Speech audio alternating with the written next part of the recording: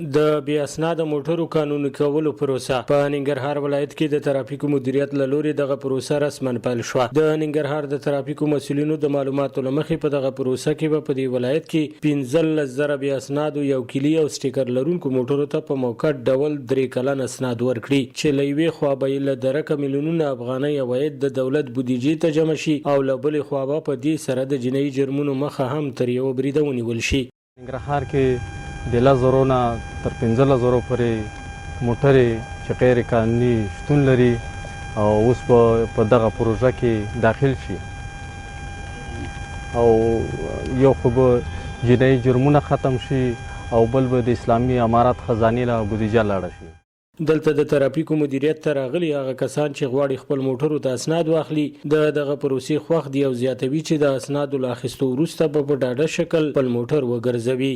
اسناد ګاډي ګرځېدل هم غیر قانوني و او په چکپین کې به خامخا ډارېدلې او ځکه ګاډي بغیر قانوني و او په دې باندې موږ ډېر خوشحاله یو چې قانوني اسناد ترلاسه کړو. ډېر خوشحاله الحمدلله چې اسلامي امارت د مشران نه چې موږ ته دغه د هغه اصول برابر کړي د قانوني اسنادو.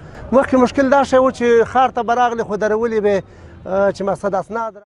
د دې ولایت خلک هم دغه پروسې د پیل له امله خوښ دي او زیاتوي چې په دې سره به د هغه جنایي پیښو مخه ونیول شي کومې چې تر دې وړاندې دغه موټرو څخه په ګټنې ترسره کېدلې.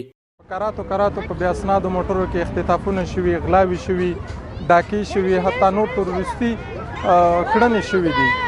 دغه ټول د بې اسنادو موټرو هغه موټرو کې به دغه کارونه کېدل چې اسناد به نو، پلیټ به نو. نو اوس دا چې دولت دغه اقدام کړی موږ یې ستایو. یو ګاډی چې پلیټ ونه لري چې او جرم وکړي هغه څوک ګیرولی شي؟ نه شي ګیرولی خو چې لاړه خو پلیټ چې ګاډي سره چې جرم وشي خامخا کمرې لګېدلې ځای په ځای او جرمونه به ټیټه بیخي صفر ته ورسوي انشاءالله.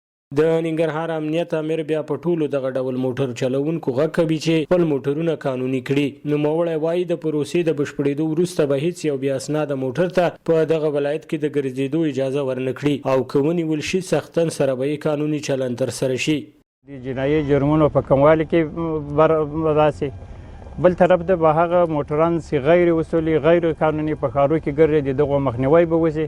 ټولو موټر چلوونکو ته هر هغه څوک چې اسناد نه لري او په دغه پروسه کې د هغو ګاډي داخل وي هغه باید د ترافیکو عمومي مدیریت ته مراجعه وکوي او دلته راسي هغه اصولي مراحل اخلاص کړي د دوی د مخالفت په صورت کې بیا به له دوی سره اصولي چلند وکړي.